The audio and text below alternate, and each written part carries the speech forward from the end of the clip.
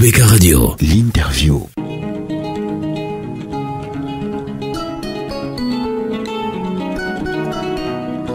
Quand on sait que les relations se sont dégradées à la suite de putsch militaires qui ont renversé les présidents que j'allais citer, notamment du Mali, Ibrahim Boubacar Keïta, du Burkina Faso, Rochemar Christian Kaboré et Nigérien Mohamed Bazoum, est-ce que du fait des sanctions, on ne peut pas dire que les trois pays qui se retirent font de l'esbrouf? Est-ce que c'est une bonne pratique que de perpétrer et encourager les coups d'État, Dr Yambé? Non, je crois que si on pose la question comme ça, et c'est ça le faux débat en Afrique centrale où les gens ont perdu depuis très longtemps la capacité de s'asseoir et de réfléchir stratégiquement, sont là sur des choses qui n'ont aucun sens. Ce n'est pas comme ça qu'il faut poser le débat. Ce n'est pas ça le problème. Ce n'est pas une histoire de coup d'État. Est-ce que en RCA, où Touadéra a chassé les Français de la République centrafricaine, est-ce qu'il y a eu un coup d'État?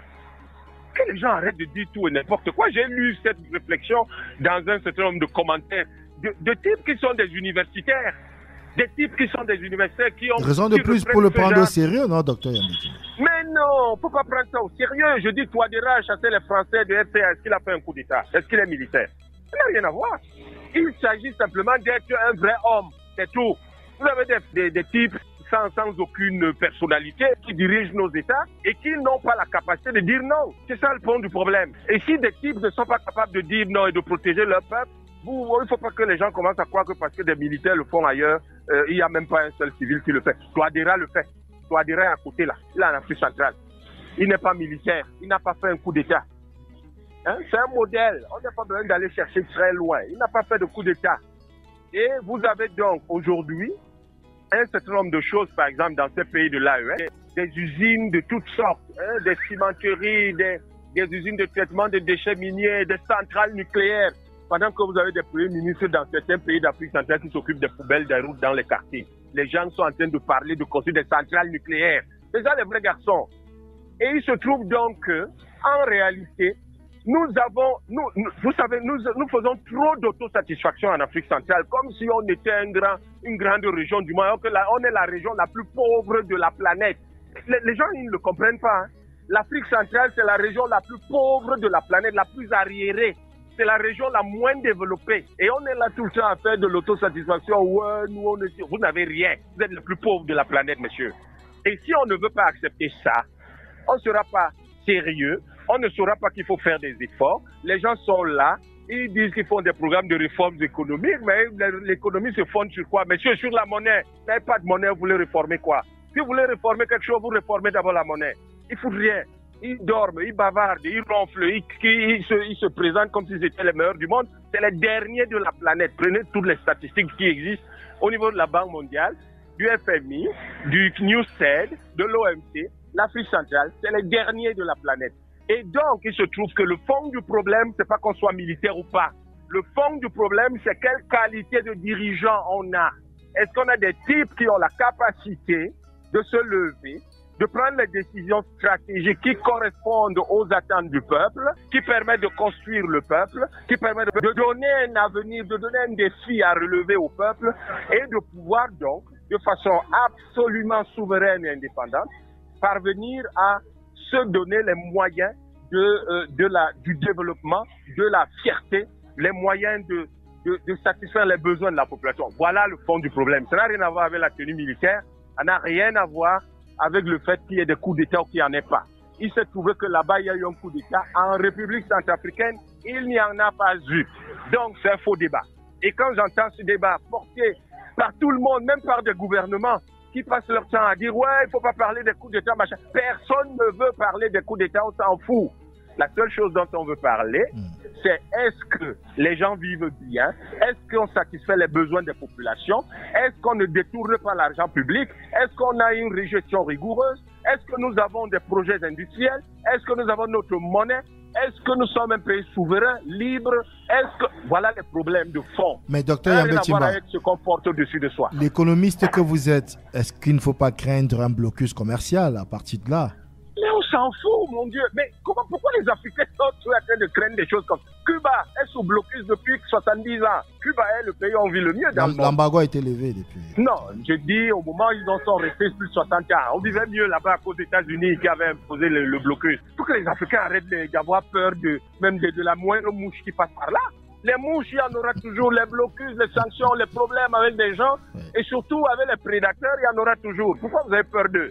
Que les gens décident de ne plus faire le commerce avec nous. On s'en fout, monsieur. La CEMAC, c'est 70 millions d'habitants. On peut construire une économie là-dessus. On a la CEAC, on se bat, on la structure. C'est 300 millions d'habitants. C'est carrément l'équivalent d'un continent. Qu'on arrête de pleurer. Qu'on arrête de pleurer. Qu'on travaille. L'Afrique, c'est 1,5 milliard d'habitants, 1,5 milliard de consommateurs.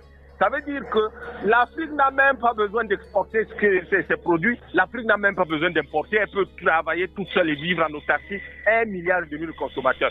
Que les Africains arrêtent d'être des bébés.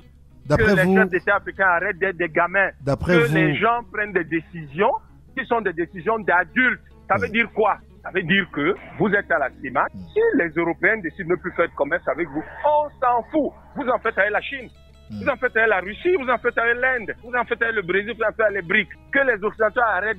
D'ailleurs, eux, ils ne peuvent pas arrêter d'acheter chez vous parce que sans vos matières premières, ils retournent au Moyen-Âge. Donc, le fond du problème, en réalité, c'est que ce n'est pas eux qui vous tiennent, c'est vous qui les tenez. À votre avis, docteur Yambé Sorti, quels sont les pays d'Afrique centrale qui pourraient être inspirés par l'exemple de ces 3 pays de la CEDEAO?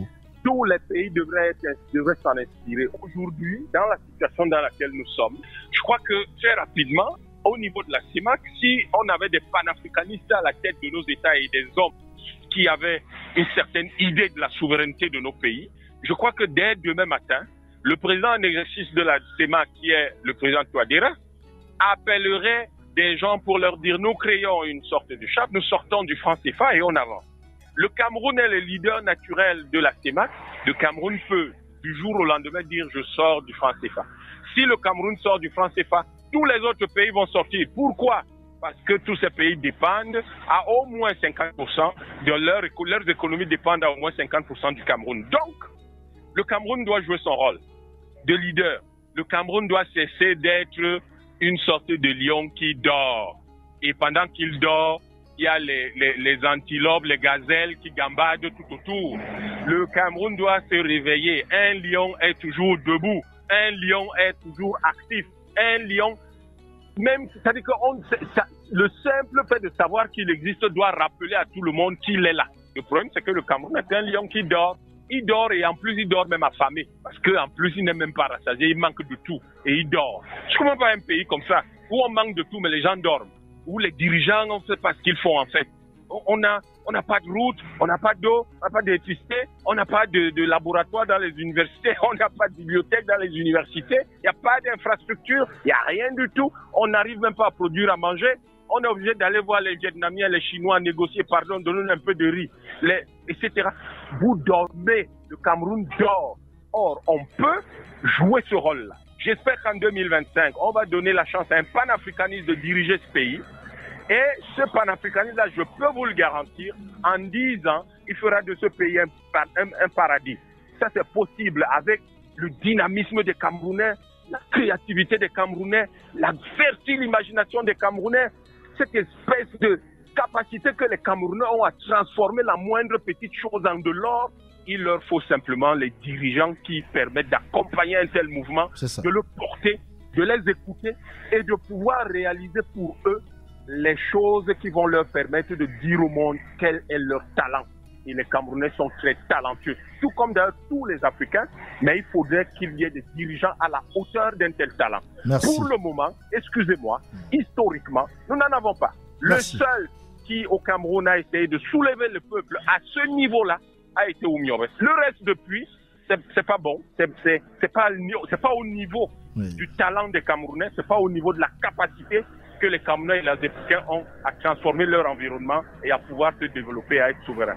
Merci infiniment, docteur Yambé Timba. Et on a entendu le panafricaniste en vous s'exprimer avec la véhémence qui vous caractérise et la pertinence qui est la vôtre tous les lundis sur ABK Radio. Merci encore. Et à très bientôt. Allez, à bientôt. Bonne semaine à vous, docteur Yambé Timba. ABK Matin, premier sur le matin. Les invités consultants de classe exceptionnelle.